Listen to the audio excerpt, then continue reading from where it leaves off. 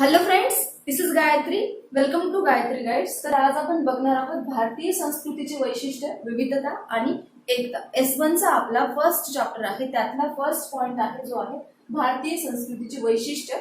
ते आपण आज डिस्कस करणार आहोत. तर इम्पॉर्टंट चॅप्टर आहे. संस्कृती ही डेफिनेशन आपल्याला खूप वेळेस विचारली गेलेली आहे आणि हा जो काही पॉइंट मी आज तुम्हाला टीच करणार आहे तो तुम्हाला कॉम्पिटिटिव्ह एक्झाम ज्या आहेत group C, D, AB to A to D पर्यंत ज्याही तुमच्या एक्झाम असतील गव्हर्नमेंटच्या त्या सर्वांमध्ये हा पॉइंट जो आहे तो इम्पॉर्टंट आहे. तर सुरुवात करूया आपल्या भारताच्या नकाशापासून. बरोबर, हा जो नकाशा आहे तो आपल्या सगळ्यांना माहिती आहे. ठीक, तर असं कोणीही नसेल की ज्याला आपल्या भारताचा नकाशा अजूनपर्यंत माहित नाही. मग आपल्याला माहिती की भारताचा नकाशामधला हा जो पॉइंट असतो याला आपण नॉर्थ म्हणतो किंवा नॉर्थ ज्याला आपण म्हणतो. बरोबर, याला आपण साऊथ म्हणतो. बरोबर, याला आपण ईस्ट म्हणतो आणि याला आपण वेस्ट म्हणतो. बरोबर, तर हे जे पॉइंट आहे किंवा हे जे भारत आहे तर हा जो आहे तो भारताचा मध्य आहे. बरोबर, याला आपण केंद्रबिंदू असं म्हणतो.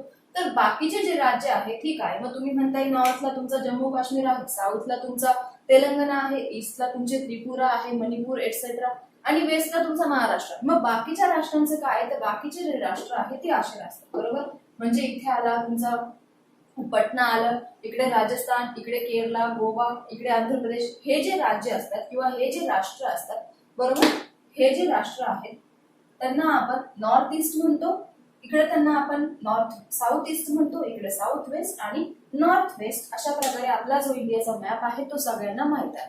मग इंडियाच्या मॅप नुसार गेलं तर प्रत्येक जे काही राज्य आहे, जे काही स्टेट आहे, त्या प्रत्येकाचं जे काय वेगवेगळं कल्चर आहे, वेगवेगळे ट्रॅडिशन आहे, वेगवेगळं त्यांचं सगळं भाषा वेगळी आहे, बोली वेगळी आहे, पोशाख जो आहे, नृत्य वगैरे सगळं काय आहे ती आपली विविधता आपल्याला इंडियामध्ये दिसून येते. बरोबर, मग ह्याच इंडियाचा आज आपल्याला स्टडी करायचा आहे की कोणत्या राज्यात आपल्याला काय विविधता दिसते, त्यांचं कल्चर काय आहे, ट्रॅडिशन काय आहे, किंवा ते त्यांचा पोशाख काय आहे, ते अन्न कोणतं खाता किंवा मग त्यांचं खाद्यपदार्थ कोणते आहेत, इत्यादी ज्या काही गोष्टी आहेत त्या आपण आज या व्हिडिओमध्ये डिस्कस करणार आहोत. व्हिडिओ खूप जास्त स्पेशल होणार आहे, त्यामुळे व्हिडिओला शेवटपर्यंत नक्की बघायचं आहे आणि चॅनलला लाईक, शेअर, सबस्क्राईब नक्की करायचं आहे.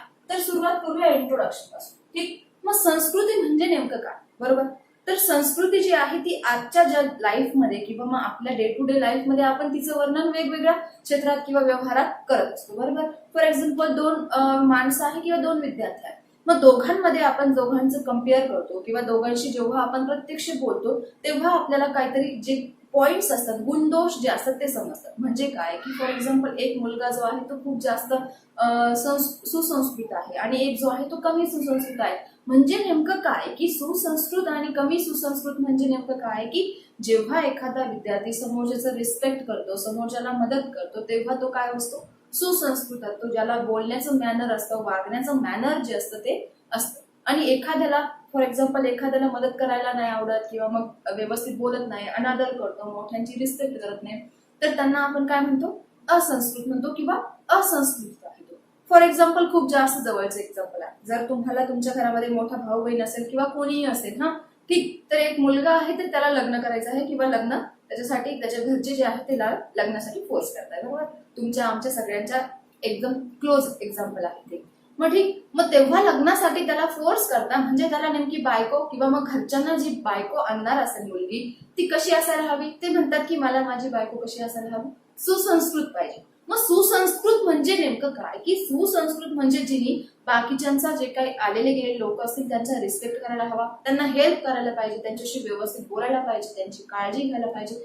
याला आपण म्हणतो सुसंस्कृत किंवा संस्कृतीचं जे काय असतं ते हे एक इम्पॉर्टंट वैशिष्ट्य आहे. बरोबर, मग दैनंदिन जीवनामध्ये आपल्याला संस्कृतीचे जे वैशिष्ट्य आहे किंवा संस्कृती काय की अनेक वेने बघायला भेटते. बरोबर, मग संस्कृती नेमकं म्हणजे काय की संस्कृतीची डेफिनेशन म्हणजे नेमकं काय, तर मी तुम्हाला ती सांगते. संस्कृतीची डेफिनेशन आहे ती खूप वेगवेगळ्या यांनी काय केलेली आहे, सगळ्यांच्या मताने संस्कृतीची डेफिनेशन आहे त्यांनी ती मांडलेली आहे. बरोबर, मग संस्कृती म्हणजे काय, रवते कर्वे यांच्या मते संस्कृती म्हणजे एक असा अंग जे शारीरिक किंवा म्हणजे डोळ्यांनी दिसणारं नाही, परंतु डोळ्यांनी न दिसणारं परंतु विचाराला जाणवणारं जे काही वर्तन असतं त्याला आपण संस्कृती म्हणतो. म्हणजे फॉर एक्झाम्पल आपल्याला डोळ्यांनी एखादी गोष्ट वाढताना दिसते परंतु त्यामध्ये संस्कृती घडते का, नाही. म्हणजे ती डोळ्यांनी दिसते परंतु त्यामध्ये कोणतीही संस्कृती नाहीये, परंतु जी गोष्ट तुम्हाला डोळ्यांनी दिसत नाहीये परंतु तुमच्या वागण्यातून तुमच्या अर्चनातून जी गोष्ट आपल्याला दिसते, प्रत्यक्ष दिसते, त्याला म्हणायचे संस्कृती.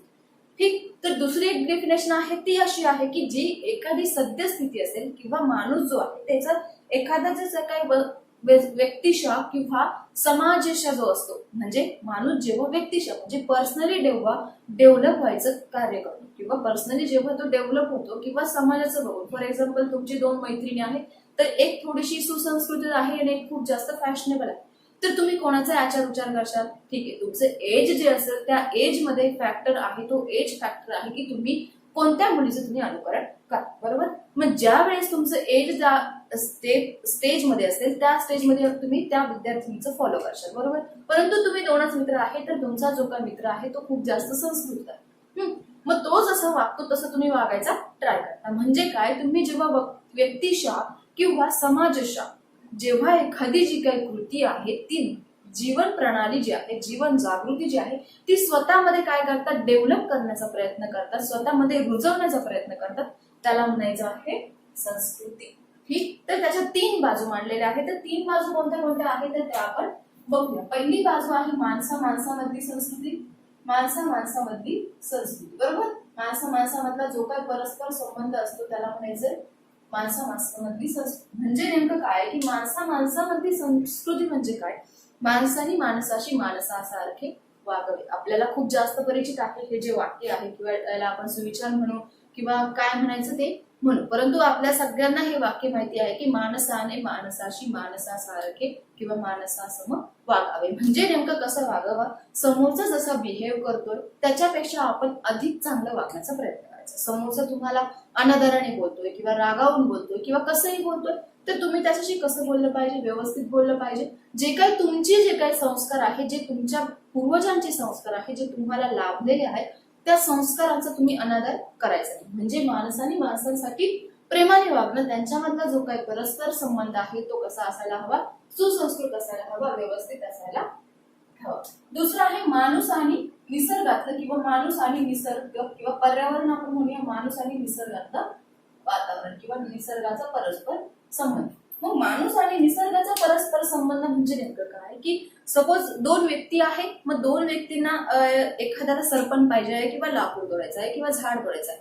मग लाकूड पाहिजे असेल तर त्यासाठी एक व्यक्ती काय करतो, झाडाला कुऱ्हाडीने मारतोय, जोरजोरात मारतोय, त्याच्यातनं ते झाड जे आहे त्याच्यातनं चिप बाहेर येतोय, त्याचं जे काय आहे त्याला त्रास होतोय. बरोबर. झाडाला काय होतोय, त्रास होतोय. म्हणजे असं नाही की मनुष्यांनाच त्रास होतो. आपण जे काय आपले कल्पना की जे काही निबंध असतात बघा, तर त्यामध्ये आपण लिहित असतो जर झाडांना त्रास झाला तर किंवा झाडे बोलायला लागली तर त्या निबंधामध्ये आपण त्यांचं वर्णनात्मक निबंध असतं त्यामध्ये लिहितो की झाडे बोलायला लागली तर जेव्हा त्यांना आपण घाव करू तर तेव्हा ते नको नको म्हणतील किंवा मला मारू नका इटसेट्रा अशा प्रकारे बोलतो.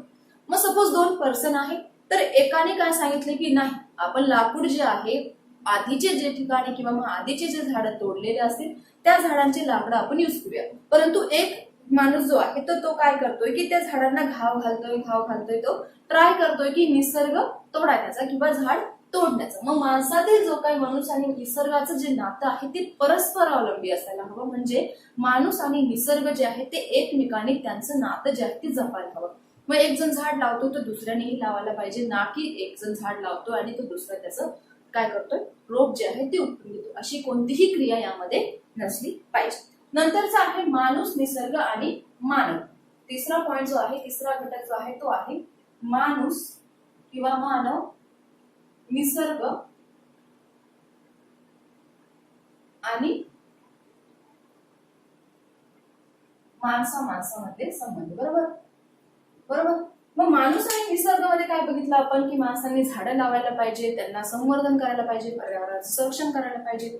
आणि मानव, निसर्ग आणि माणसामधलं काय की जे मी एक्झाम्पल तुम्हाला आता सांगितलं ते एक्झाम्पल इथे आपण फॉलो करू शकतो. म्हणजे काय की दोन व्यक्ती आहे, मग दोघातलं जे झाडाला मारतोय तो दुसरा त्याला सांगतोय की नाही बाबा हे चांगलं नाही. अशा प्रकारचं जे आहे ते तीन बाजू मांडलेल्या आहेत. तर कोणत्या कोणत्या आहे, माणसामधला संबंध किंवा परस्पर संबंध, माणूस निसर्ग यातील परस्पर संबंध आणि मानव निसर्ग किंवा माणसातला जो काय तो परस्पर संबंध. हे संस्कृतीच्या कोणत्या बाजू आहे, तीन बाजू आहे. ठीक आहे. तर पुढचा पॉईंट बघूया, वैशिष्ट्य. तर पुढचा पॉईंट आहे वैशिष्ट्य. मग वैशिष्ट्य म्हणजे नेमकं काय, की आपल्याला माहिती आहे की भारतामध्ये या तिन्ही बाजूंचा आपण जेव्हा विचार करतो, या तिन्ही बाजूंचा आपण विचार करतो, तेव्हा आपल्याला समजतं की भारतामध्ये खूप जास्त वैशिष्ट्य आपल्याला आढळून येतात. म्हणजे नेमके काय, की भारतामध्ये अनेक प्रकारचे जातीचे लोक असतात, धर्माचे किंवा मग पंथांचे, त्यांच्यामधल्या ज्या काही परंपरा आहेत, रूढी ज्या आहेत त्या वेगवेगळ्या असतात. प्रत्येकाच्या ज्या काही चालीरीती आहेत त्यांचं जे काय वेगळं असतं. म्हणजे का वेगळं असतं, की सपोज इथे एक वाक्य आहे जे तुमच्या बुकमध्ये दिलेलं आहे की child of his or her own time. म्हणजे नेमकं म्हणायचं काय आहे की child of his or her own time. म्हणजे नेमकं काय, की जेव्हा तुमचं एखाद्या विद्यार्थ्याला असं वाटतंय की तुमचा जो काही वेळ आहे तो आत्ताचा वेळ नसून तुमचा जो काही पूर्वज आहे, ते काही तुमचे अनुवंशिक आहेत, त्यांच्यापासून तुम्ही जे आहे त्यांची जी पिढी आहे ती चालत करायची. म्हणजे फॉर एक्झाम्पल एखादा हिंदू मुलगी आहे किंवा मुलगा आहे किंवा कोणताही धर्माचा मुलगा आहे किंवा मुलगी आहे, ठीक. मग तो धर्म त्यांचा का आहे, की जेव्हा तुम्ही त्यांचा अनुवंशिक तुमच्या मागचे जे आहे, तुमच्या पिढ्याना पिढ्या ज्या आहेत, जी परंपरा, जी रूढी, चालीरीती, पोशाख, खाणं पिणं जसं चालत आलेलं आहे तसंच आत्ताच्या किंवा आत्ताच्या इथून पुढे सुद्धा चालणार आहे. तुमची जी काही भावी पिढी असणार आहे तीही सुद्धा तुमचं अनुकरण करणार आहे किंवा तुम्हाला फॉलो करणार आहे. मग पूर्वीचा जो काही व्यवसाय होता किंवा फॉर एक्झाम्पल एखादा व्यवसाय असेल तर पूर्वी काय व्हायचं, की जे एखादा जो शेतकरी आहे तो शेती करत असेल तर त्यांच्या मुलांना सुद्धा काय व्हायचं, की शेती हा जो व्यवसाय पुढे चालू ठेवायला लागायचं. परंतु आता असं होत नाही. तुमचं जे काय आहे, तुम्ही चाइल्ड सेंटर आहात, तुम्ही सेल्फ डिपेंडंट आहात, तुम्ही तुमचे विचार स्वतः करू शकतात. म्हणून तुम्ही जो काही व्यवसाय आहे तो पुढे लावून धरू शकत नाही किंवा तुम्हाला जे आवड आहे त्यामुळे तुम्ही करू शकता. परंतु तुमच्या ज्या काही चालीरीती आहेत, परंपरा आहे, रूढी आहे, तुम्ही ज्या धर्माचे आहे त्याच धर्माचं तुम्ही पालन काय करत असता, पुढे करत असतात. म्हणजे काय, एखादा मुलगा किंवा मुलगी ती ह्याच टाइमातली किंवा ह्याच काळातली नसून ती त्यांच्या पूर्वजांच्या काळातून आलेली असते. तर अशा प्रकारे त्यांनी ते दिलेलं आहे, एक इम्पॉर्टंट वैशिष्ट्य आहे. तर त्यांच्यामध्ये आपण बघितलं की विविध प्रकारच्या जाती असतात, माणसांमधले जे काही दस्तऐवज आहे इत्यादी जे काही सांस्कृतिक अनुभव जे आहे ते आपल्याला इथे मिळत असतात. मग या सांस्कृतिक अनुभवातून आपल्याला पुढे बघायला भेटतं की प्राचीन नगरांचा जो काही उदय असतो, आपण ज्याला म्हणूया प्राचीन नगरांचा उदय कसा झाला, या संस्कृतीतून झाला. म्हणजे प्राचीन नगरामध्ये काय व्हायचं, की जी काही संस्कृती, फॉर एक्झाम्पल आत्ताच मी तुम्हाला एक्झाम्पल दिलं की शेती जी आहे ती शेती पुढे चालू ठेवायची असेल तर आपल्या मुलांना सुद्धा ते काय करतात, शेती करायला लावायची. मग प्राचीन नगरांचा जो उदय झाला त्या उदयापासून जे काय पारधी होते, पारधी लोक होते, मग ते काय करायचे, अन्नासाठी भटकंती करत असायचे. मग भटकंती म्हणजे काय, एका जागेवरून दुसऱ्या जागेवरती काय करायचे, स्थलांतर करायचे. कशासाठी, फक्त आणि फक्त त्यांच्या बेसिक ज्या गरजा आहेत त्या पुरवण्यासाठी. म्हणजे जसे जसे त्यांना जिथे जिथे काम भेटेल तसं तसं ते काय करायचे, भटकंती करत राहायचे, फक्त आपल्या पोटा पाण्याचा प्रश्न सुटावा म्हणून. बरोबर. मग अशा प्रकारे जे आहे तो प्राचीन नगरांचा जो उदय आहे तो होत गेला. ठीक. नंतरचा जो पॉइंट आहे विकास कृषी संस्कृतीकडे. म्हणजे काय, की जो काही तुम्ही भटकंती करू लागलात, माणूस जसं जसं भटकंती करू लागला, ज्याचा उदय जो आहे तो प्राचीन नगराकडून आधुनिक काळाकडे आला. मग आधुनिक काळाकडे आल्यानंतर काय झालं, की कृषी हा जो व्यवसाय आहे, शेती जो व्यवसाय आहे त्याच्यामध्ये भरास किंवा मग भरभराट जी आहे ती होऊ लागली. म्हणून एक वाक्य आहे 1 मार्क्ससाठी तुम्हाला विचारलं जाऊ शकतं, की कृषी हा स्त्रियांनी मनुष्याला दिलेली सगळ्यात मोठी देणगी आहे. तर त्याचा आन्सर जे आहे ते स्त्रिया जो आहे तो कौंस, म्हणजे तुम्हाला रिकामी जागा आहे की कृषी हा टिंब यांनी दिलेली मानवाला सगळ्यात मोठी देणगी आहे. तर त्याचा आन्सर आहे स्त्रियांनी. ठीक. तर अशा प्रकारे जी आहे ती प्राचीन नगरापासून त्याचा उदय कुठे झाला, जो विकास कुठे झाला, तो कृषी संस्कृतीकडे होऊ लागला. बरोबर. मग अशा प्रकारे जी काही कृषी संस्कृती आहे, शेती जी आहे ती माणसाला भेटलेली सगळ्यात मोठी काय आहे, देणगी आहे. पुढच्या पॉइंटकडे वळूया. पुढचा पॉइंट आहे वंशभेद, भाषाकुल आणि विविधता. मग इथे नेमकं काय म्हणायचं आहे ते आपण बघूया. मग आपल्याला माहितीये की आपल्या राष्ट्रात, आपल्या स्टेटमध्ये अनेक प्रकारचे जे काही लोक असतात, एक वेगवेगळ्या प्रकारचे वंशाचे लोक असतात ते आढळून येतात. मग या वंशांचा 6 गटांमध्ये त्यांनी किंवा 6 वंशांमध्ये त्यांनी जो आहे ती विभागणी केली आहे. तर त्यातला 4 जे वंश आहेत ते इम्पॉर्टंट आहेत. तर ते वंश कोणते कोणते आहेत, 4 वंश ते आपण बघूया.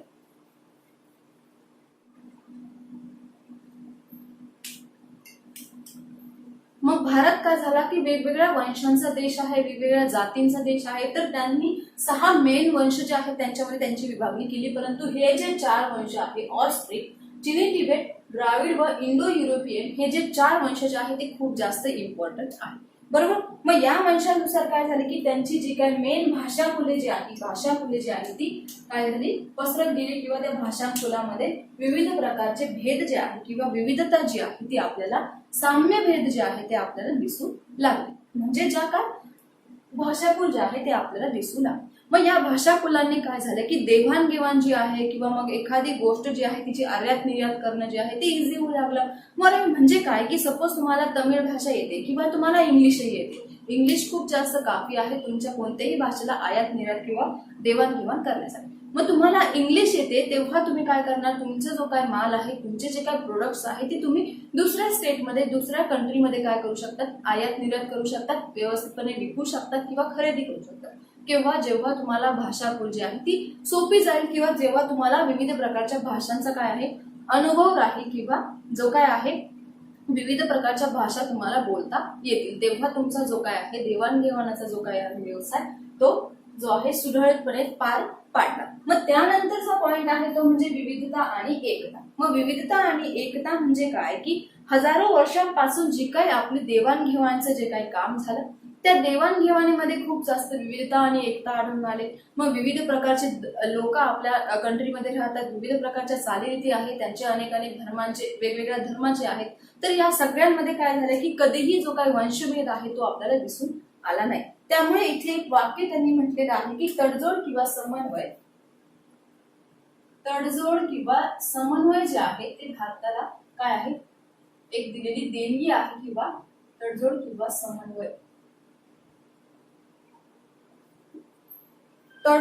समन्वय ही भारतीय संस्कृतीचा आत्मा त्यांनी म्हटलेला आहे. का तर जे काही भाषाकुल आहे त्या भाषाकुलांमुळे देवाणघेवाण सोपी झाली. त्यामुळे तडजोड किंवा समन्वय म्हणजे एखादी गोष्ट तोडून परत जोडणं आणि त्यामध्ये समन्वय साधणं म्हणजे हे काय आहे भारतीय संस्कृतीचा आत्मा त्यांनी म्हटलेला आहे. तर बोलूया पुढच्या पॉइंटकडे. पुढचा पॉइंट आहे विविधता आणि एकता. मग विविधता आणि एकता म्हणजे काय की भारतामध्ये अनेक प्रकारच्या विविधता आपल्याला दिसायला मिळतात. मग त्यामध्ये पहिला आहे भौगोलिक किंवा भौतिक विविधता आपण त्याला म्हणूया. मग भौगोलिक विविधता म्हणजे काय की भारतामध्ये अनेक प्रकारचे डोंगर आहे, पठारे आहे, नदी आहे, समुद्र किनारे आहे. या समुद्र किनाऱ्यांनी भारत जो आहे तो पसरलेला आहे. आपण बघितलं तर दक्षिणेकडे आपल्याला अरबी समुद्र आहे, इकडे गेलं तुम्ही नॉर्थला गेलं तर, किंवा मग इकडे पश्चिमेला गेलं तर तुमचा जो काय वाळवंट आहे, थरचे जे वाळवंट आहे ते तयार झालेले आहे. तर ते कशामुळे आहे, दख्खनचा जो काय पठार आहे किंवा पश्चिमेकडे म्हणजे दख्खनच्या पठारामुळे पश्चिमेकडे जो थरचा वाळवंट आहे तो आपल्याला राजस्थानमध्ये बघायला मिळेल. मग राजस्थान पासून तो वाळवंट पाकिस्तान पर्यंत आहे पसरत गेला आहे. मग इत्यादी प्रकारचे जे काय आधुनिक विविधता ज्या आहे त्या भौगोलिक विविधता ज्या आहे त्या आपल्याला भारतामध्ये दिसायला मिळतात. मग साहजिकच आहे की आपल्याला भौगोलिक विविधता दिसायला भेटतात, म्हणजे त्यातील प्रत्येक स्टेटची जी काय आहे भौतिक परिस्थिती जी आहे ती वेगवेगळी असते. बरोबर. मग तुम्ही साऊथला गेले तर तुम्हाला तिथलं पर्जन्यमान किंवा लोकांचं राहणीमान किंवा त्यांचे कलर जे आहे ते खूप जास्त डल दिसणार, किंवा त्यांचं राहणीमान जे आहे किंवा सावळे कलर आहे, त्यांचं खाणं पिणं वेगळं आहे. का? कारण तिकडे गरमी जास्त असते आणि तिकडचं प्रत्येकाचं जे काय आहे प्राणी मात्रे असो किंवा जनजागृती किंवा मग जनजागृती जी आहे ती वेगवेगळी आहे. मग प्रत्येक जे काही तुमची भौगोलिक परिस्थिती असणार तशाच प्रकारे तुमचं भौतिक वातावरण जे काही आजूबाजूचं वातावरण असणार. तुम्ही नॉर्थ ईस्ट कडे गेला तर तिकडे खूप जास्त थंडी असते, त्यामुळे तिथले किंवा मग तो जो काय भाग आहे तो डोंगराळ भाग आहे, त्यामुळे तिथल्या ज्या लोकांची हाईट जी असते ती छोटी असते. बरोबर. हाईट छोटी असते रिझन का? कारण त्यांना डोंगर चढायचा असतो. मग डोंगर चढायचा असल्यामुळे त्यांची हाईट जर उंच असेल तर त्यांना त्यांच्या बॉडीचं जे काय मास असतं किंवा मग त्यांच्या बॉडीचा जो काय टेम्परेचर असतं ते खूप जास्त हाय होतं. मग बॉडीचं टेम्परेचर कमी असण्यासाठी त्यांची हाईट जी आहे ती कमी असते आणि त्यामुळे त्यांचं डोंगर चढणं जे आहे त्यांना इझिली काय होतं शक्य होतं. ठीक. मग त्यांची जी काही स्किन असते ती खूप जास्त नॅचरल ब्युटी असते त्यांना. बरोबर. तर अशा प्रकारे तुम्हाला विविधता जी आहे ती दिसायला भेटते. बरोबर. तर पुढे आहे मग जे काही तुमची विविधता आहे किंवा मग भौगोलिक आणि भौतिक विविधता आहे त्यावरून आपल्याला असं लक्षात येतं की जो काय आपला भारत आहे किंवा भारत आपल्याला माहिती की क्षेत्रफळाच्या दृष्टीने 7व्या क्रमांकावर आहे आणि लोकसंख्येच्या दृष्टीने तो कितवा आहे, दुसरा आहे, बरोबर. मग भारतामध्ये अनेक प्रकारचे लोक राहतात. हिंदू आहे, मुस्लिम आहे, ख्रिश्चन आहे, बौद्ध आहे, जैन आहे, शीख आहे, बरोबर. मग जे काही भारतामध्ये राहणारे विविध प्रकारचे लोक आहेत त्यामध्ये 80.4% जे आहे लोक त्यामध्ये हिंदू लोक राहतात, बरोबर. मग 13.1% लोक त्यामध्ये मुस्लिम आहेत आणि उरलेले जे लोक आहेत ते वेगवेगळ्या जाती जमातींचे आपल्याला भारतामध्ये दिसून येतात. परंतु या सगळ्यांचा आत्मा म्हणजे काय की जनगण मन, या सगळ्यांनी एक जो काय भारत आहे तो एकजुटीने ठेवलेला आहे. मग भारतामध्ये प्रत्येक स्टेटमध्ये वेगवेगळे लोक आपल्याला बघायला मिळतात, परंतु त्यांच्यामध्ये एकता जी आहे ती आपल्याला दिसून येते. तर पुढचा जो पॉइंट आहे तो आपण बघूया की असा हा जो काही देश आहे आपला तो क्षेत्रफळाच्या दृष्टीने 7वा आहे, तर लोकसंख्येच्या दृष्टीने दुसरा आहे, बरोबर. आणि पुढे जे आहे ते आपण बघणार आहोत, तर ते काय आहे की आपला जो काही धार्मिक किंवा भाषिक आहे तर ते आपण बघणार, बरोबर. मग भारतामध्ये वेगवेगळ्या प्रकारचे धर्माचे लोक राहतात. त्यांचं जे काय कल्चर वेगळं आहे, ट्रॅडिशन वेगळं आहे, मग त्यांच्या चालीरीती वेगळ्या आहे. मग तुम्ही साऊथला जर गेला तर तुम्हाला कुचिपुडी नृत्य दिसणार, तुम्ही जर नॉर्थ ईस्टकडे गेला तर तुम्हाला मणिपुरी नृत्य असणार किंवा मग बिहू गीते असणार, इकडे सेलिब्रेट करतात. तुम्ही नॉर्थकडे गेला तर तुम्हाला जे काही कथ्थक डान्स असतात ते इकडे बघायला भेटणार. आपल्या महाराष्ट्रात गेला तर तुम्हाला तमाशा दिसणार, गुजरातकडे गेला तर गरबा दिसणार. तशाच प्रकारे त्यांच्या ज्या काही भाषा आहे तेही वेगवेगळे असतात.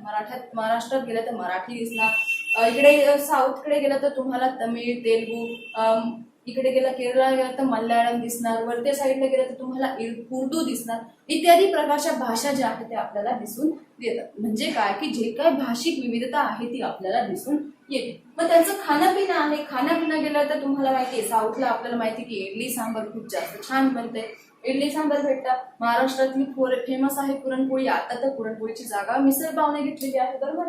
नंतर इकडे गेलं तुम्ही नॉर्थ ईस्टकडे गेलं तर तिकडे मछली भेटणार, तर राईस भेटणार वेगवेगळ्या प्रकारचे, ठीक आहे. तर तुम्ही राजस्थानकडे गेलं तर तुम्हाला दाल बाटी भेटणार, गुजरातकडे गेलं तर तुम्हाला विविध प्रकारचे बेसनाचे जे काही पदार्थ आहेत, फॉर एक्झाम्पल खमण ढोकळा आहे, इत्यादी खागरा भागरा जे आहे ते तुम्हाला भेटणार. प्रत्येकाची बोली भाषा जी आहे ती वेगवेगळी आहे. तर आपल्याला माहिती तुम्ही साऊथला गेला तरी त्यांची बोली भाषा जी आहे तेलुगूमध्ये बोलतात किंवा मग तमिळ आहे, मल्याळम आहे. तुम्ही महाराष्ट्रात गेला तर मराठी भाषा आहे.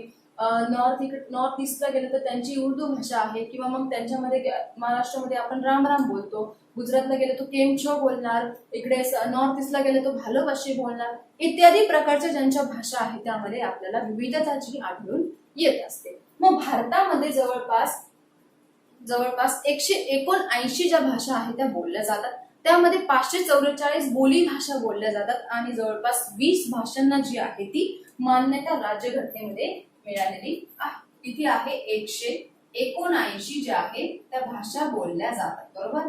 179 भाषा बोलल्या जातात, त्यामध्ये 544 ज्या आहेत त्या बोली भाषा आहेत. मग बोली भाषा आपल्याला माहिती आहे की काय आहे. बोली भाषांमध्ये आपली देवनागरी स्क्रिप्ट येणार किंवा मग बोली भाषांमध्ये आपली अहिराणी येणार किंवा मग कोल्हापुरी येणार, एक्सेट्रा, बरोबर. 20 भाषांना काय भेटलं आहे, मान्यता जी आहे ती कशात भेटलेली आहे, आपल्या राज्यघटनेमध्ये 20 भाषांना मान्यता भेटलेली आहे. मग त्यामध्ये वेगवेगळ्या स्क्रिप्ट असतात. भाषांना जे काही भाषा आहे त्यामध्ये विविधता आढळून येते. मग त्या ज्या काही भाषा आहेत त्यामध्ये वेगवेगळ्या स्क्रिप्ट असतात. तुम्ही साऊथला गेले तर त्यांची जी भाषा असते ती कोणालाही, त्यांच्याही जे काही स्टुडंट आहे त्यांना ती लँग्वेज जी आहे ती स्क्रिप्ट जी आहे ती लिहिता येत नाही. मराठी भाषा जी आहे ती थोडी अवघड आहे, परंतु मराठी भाषा आणि तुम्ही जर नॉर्थ ईस्टची त्रिपुराची किंवा मग आसामची जर भाषा बघितलं तर ती जवळपास सेम आहे, मिळती जुळती आहे. हिंदी भाषा जी आहे ती सुद्धा थोडीफार सेम आहे, मिळती जुळती आहे. मग त्यामध्ये वेगवेगळ्या स्क्रिप्ट असतात, देवनागरी असतात किंवा मग अजून रोमन स्क्रिप्ट असते, इत्यादी प्रकारच्या स्क्रिप्ट ज्या आहेत त्या आपल्याला बघायला मिळतात. मग हे काय जे काय साहित्य आहे त्यामध्ये आपल्याला जे काय आहे आधुनिक विविधता दिसून येते. नेक्स्ट जो पॉइंट आहे हे झालं भौगोलिक झालं, धार्मिक झालं आणि भाषिक झालं. नेक्स्ट आहे राजकीय, सामाजिक आणि सांस्कृतिक. राजकीय आणि सामाजिक सांस्कृतिक काय मी तुम्हाला सांगितलं की सांस्कृतिक मध्ये प्रत्येकाचे जे काही डान्स आहे ते वेगवेगळे असतात, प्रत्येकाचा पोशाख जो आहे तो वेगवेगळा असतो, प्रत्येकाचे जे काही समाज जो आहे तो वेगवेगळा असतो, प्रत्येक जण वेगवेगळ्या समाजाची पूजा करतं, पूजा अर्चा करतं. प्रत्येक जण आपल्या जे काही पिढ्या चालत आलेला जो काही समाज आहे, जो काही पिढ्या चाललेला आले जी काही परंपरा आहे ती पुढे नेऊन जात असते, बरोबर. तर पुढे आहे वेशभाषा किंवा मग खानपान जे आहे तेही आपण बघितलं, बरोबर. मग यामध्ये जे काय आहे विविधता आपल्याला दिसून येते इत्यादी ज्या गोष्टी आहेत त्यामध्ये आपल्याला विविधता किंवा मग जी आहे ती विविधता दिसून येते. परंतु या सगळ्यांचं एक गोष्ट म्हणजे काय की प्रत्येक देशाचे किंवा मग देशामध्ये आपल्या प्रत्येक भाषेचे लोक आहेत, प्रत्येक त्यांचं खाणं पिणं वेगळं आहे, त्यांचं कल्चर वेगळं आहे, त्यांचं राहणीमान वेगळं आहे, त्यांच्या सगळ्या गोष्टी वेगवेगळ्या असल्या परंतु भारत जो आहे तो काय आहे, एकजूट राष्ट्र आहे. पुढे आहे विविधता भारताचा इतिहास. मग भारताचा इतिहास आपण बघायला गेला तर भारताच्या इतिहासामध्ये खूप जास्त गोष्टी आपल्याला घडून गेलेल्या दिसतात. मग भारताचा इतिहास म्हणजे नेमकं काय की त्याच्यामध्ये पहिला पॉइंट, मेन पॉइंट म्हणजे असा आहे की भारताचा जो काही इतिहास आहे तो वैविध्यपूर्ण आहे. मग वैविध्यपूर्ण म्हणजे काय की भारतामध्ये अति गरीब आणि अति श्रीमंत लोक सुद्धा दिसायला भेटतात. मग जे काही दारिद्र्य रेषेखालचे लोक आहेत तेही आपल्याला दिसायला भेटणार, त्यांच्याकडे खूप जास्त गरिबी आहे तेही लोक दिसणार आणि ज्यांच्याकडे खूप जास्त पैसा आहे असेही लोक आपल्या भारतामध्ये आपल्याला दिसून येतात. मग पूर्वीच्या काळी काय झालं की जी काही प्राचीन काळ होता त्या काळी ही काही जी गोष्ट होती, दारिद्र्य रेषेखालचे जे काही लोक आहे, गरीब लोक आहे, जे त्यांच्यामध्ये अति गरीब असो किंवा अति श्रीमंत असो, त्यांच्यामध्ये जो काय होता तो साम्य भेद जो असा तो करायला जायचा. मग त्यामुळे काय झालं, जे काही अतिकालीनचे जे काही दक्षिणेकडील किंवा मग जे काही लोक आहेत त्यांच्या राज्यांमधले जे काही राजे होऊन गेले, फॉर एक्झाम्पल मुघल सम्राट आहे किंवा मग आपला आपला काय म्हणता येतो अशोक सम्राट आहे, चंद्रगुप्त मौर्य आहे, अलीकडचा अल्लाउद्दीन शाह आहे, औरंगाबाद आहे, यांनी काय केलं, एक छत्री अंमलबजावणी जी आहे ती सुरू केली. कशामध्ये, भारताच्या इतिहासामध्ये आपण बघतोय की एक छत्री अंमलबजावणी सुरू केली. मग एक छत्री अंमलबजावणी म्हणजे नेमकं काय की एक छत्री अंमलबजावणी म्हणजे नेमकं काय की हुकुमशाही पद्धत जी आहे ती सुरू केली होती. मग हुकुमशाही पद्धतीत काय व्हायचं की मी असा एक माणूस आहे की ज्याने सगळ्यांना ऑर्डर द्यायच्या आणि बाकीच्यांनी माझं जे काही म्हणणं आहे ते ऐकून घ्यायचं किंवा माझं जे म्हणणं आहे ते फॉलो करायचं. म्हणजे काय की एक राजा असणार, बाकीची जी काही जनता आहे ती सगळ्यांनी त्याचं म्हणणं जे आहे फॉलो करायचं. ठीक, तर अशी हुकुमशाही ज्या काही कंट्री आहे त्या आजही आपल्या जगामध्ये कुठे ना कुठे आपल्याला दिसायला भेटतात. फॉर एक्झाम्पल नॉर्थ कोरिया आहे की साऊथ कोरिया आहे, तिकडे जे काय आहे एक छत्री अंमलबजावणी अजूनपर्यंत जी आहे ती चाललेली आहे. म्हणजे काय की जो काय एक राजा असणार, बाकीची जी प्रजा असणार ती प्रजाने राजाचं ऐकायचं, त्याला म्हणायचं एक छत्री अंमलबजावणी किंवा हुकुमशाही पद्धत. त्यानंतर आपल्याला माहितीये की शिवाजी महाराजांचा इतिहास आहे. स्वराज्य घडवून आणण्यासाठी खूप जास्त त्यांची मोलाची कामगिरी आहे. आज शिवाजी महाराजांना जवळपास सगळी कंट्री जी आहे, आपला भारत जो आहे तो सगळा ओळखतो. लहान मुलांपासून म्हाताऱ्या माणसांपर्यंत जो आहे तो शिवाजी महाराजांना ओळखत असतो. मग त्यांचं जे काही मोलाचं काम आहे कशामध्ये, आपल्या भारताला स्वराज्य स्थापनेसाठी किंवा मग महाराष्ट्राचे किंवा मग स्वराज्य स्थापनेसाठी शिवाजी महाराजांचा मोलाचा वाटा जो तो आहे. मग त्यानंतर ब्रिटिश राज्य आले. मग ब्रिटिश राज्यकर्त्यांनी आपल्यावर कितीतरी दिवस आंदोलन केलं किंवा मग कितीतरी दिवस आपल्यावर काय केलं, अत्याचार करत राहिले. मग त्यानंतर खूप दिवसांनी जी काही ती स्वातंत्र्याचा जो काही पहाड जो आहे, स्वातंत्र्य लढा जो आहे तो झाला आणि त्या स्वातंत्र्य लढ्याने किंवा मग ती काय स्वातंत्र्याच्या जी काही पहाट आहे, लोकशाही तंत्र जे आहे ते आपल्या भारतानं विकसित केलं. म्हणजे स्वातंत्र्याची जी पहाट आहे ती खूप दिवसानंतर भारताला किंवा मग भारताच्या लोकांना जी आहे ती दिसू लागली. जी पहाट आहे ती सूर्यकिरण जे आहे, नवीन सूर्यकिरण जे आहे ते भारताच्या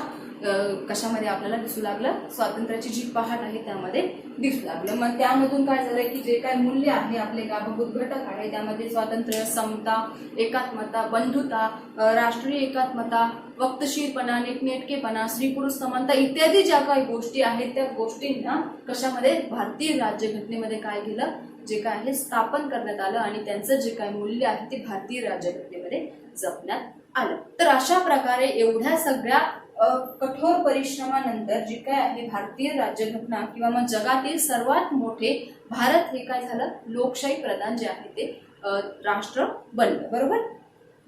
किंवा मग जगातील सर्वात मोठे लोकशाही राष्ट्र म्हणून भारताला काय ओळखलं जाऊ लागलं, केव्हा, जेव्हा या सगळ्या गोष्टी होत गेल्या. किती जणांनी आपल्यावर आक्रमण केले, किती जणांनी आपल्या जे काय लोकांवर अत्याचार केले, एवढ्या सगळ्या गोष्टी झाल्यानंतर जो काही स्वातंत्र्य लढा झाला त्यातून एक किरण जो आहे, स्वातंत्र्याची जी पहाट आहे ती लोकांसमोर आली आणि त्यातून जे काही मूल्य आहे, गावाभूत घटक आहे त्यांची जोपासना झाली. ते जे घटक आहे ते संविधानात, राज्यघटनेमध्ये नमूद करण्यात आले आणि त्यानुसार जे आपला भारत जो आहे तो स्वतंत्र झाला आणि लोकशाही प्रधान जो देश आपला भारत झाला. तर अशा प्रकारे आपलं जे काय होतं आजचं रामायण महाभारत जे आहे ते इथे समाप्त झाले आहे. तर आय होप सो की तुम्हाला व्हिडिओ आवडलेला असणार. काय काय बघितले एकदा थोडक्यात आढावा घेऊया. तर इंट्रोडक्शन मध्ये आपण बघितलं, इंट्रोडक्शन म्हणजे काय की संस्कृती म्हणजे काय, त्यामध्ये आपण त्याच्या डेफिनेशन बघितलं, एक दोन डेफिनेशन मी तुम्हाला सांगितलं. त्यानंतर त्याच्या तीन बाजू बघितल्या, माणसा मधला परस्पर संबंध, माणूस निसर्ग यांच्यातील परस्पर संबंध, मानव निसर्ग आणि माणसातील परस्पर संबंध जे आहे तो आपण बघितला. त्यानंतर त्याचे वैशिष्ट्य आपण बघितले, धर्म जात आहे त्याच्यामध्ये बघितलं. नंतर प्राचीन नगरांचा उदय कसा झाला ते आपण बघितलं. नंतर विकास, कृषी संस्कृती कशी आली, कृषी संस्कृतीवर एक प्रश्न आहे की शेती हा किंवा मग कृषी हा स्त्रियांनी दिलेला मानवाला सगळ्यात मोठा दागिना आहे. इम्पॉर्टंट क्वेश्चन आहे, 1 मार्क्सला विचारला जाऊ शकतो. भौगोलिक परिस्थिती बघितली, धार्मिक बघितली, भाषिक बघितली, राजकीय सामाजिक सांस्कृतिक परिस्थिती बघितल्या, त्यांच्या भाषा, वेशभूषा, पोशाख किंवा मग खानपान जे आहे, नृत्य जे आहे ते आपण बघितलं.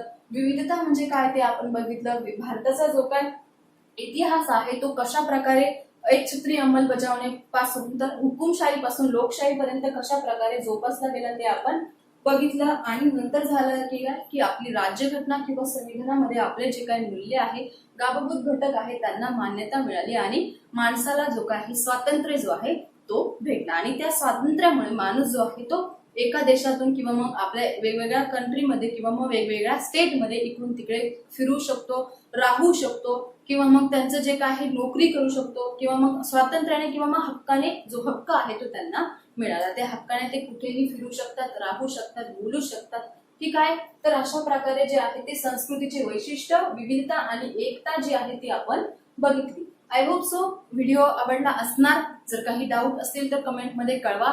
तर व्हिडिओ परत पुढच्या एखाद्या इंटरेस्टिंग टॉपिक सोबत. हा जो संस्कृतीचा पॉइंट आहे 2 किंवा 3 मार्क्सला विचारला जाऊ शकतो, परंतु तुमच्या ज्या काही कॉम्पिटेटिव्ह एक्झाम्स आहेत त्यामध्ये इम्पॉर्टंट पॉइंट आहे, त्यामुळे लक्षात ठेवलेलं अगदी चांगलंच आहे. ठीक. तर भेटूया परत पुढच्या व्हिडिओमध्ये. Bye bye, take care.